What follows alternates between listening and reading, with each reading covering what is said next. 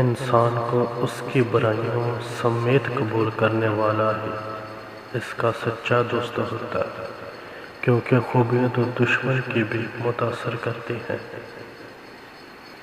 رشتوں کی خوبصورتی ایک دوسرے کی بات کو برداشت کرنے میں ہے۔ بے عیب انسان تلاش کرو گے تو اکیلے رہ جاؤ گے۔ جب آپ عروج پر ہوتے ہیں تو آپ کے دوستوں کو پتہ چلتا ہے کہ آپ کون ہیں، اور جب آپ زوال پر ہوتے ہیں تو آپ کو پتہ چلتا ہے کہ دوست کون ہے۔ زمانے کا شکوہ نہ کرو بلکہ خود کو بدلو، کیونکہ پاؤں کو گندگی سے بچانے کا طریقہ جوتا پہننا ہے، نہ کہ سارے شہر میں قلین بچھانا۔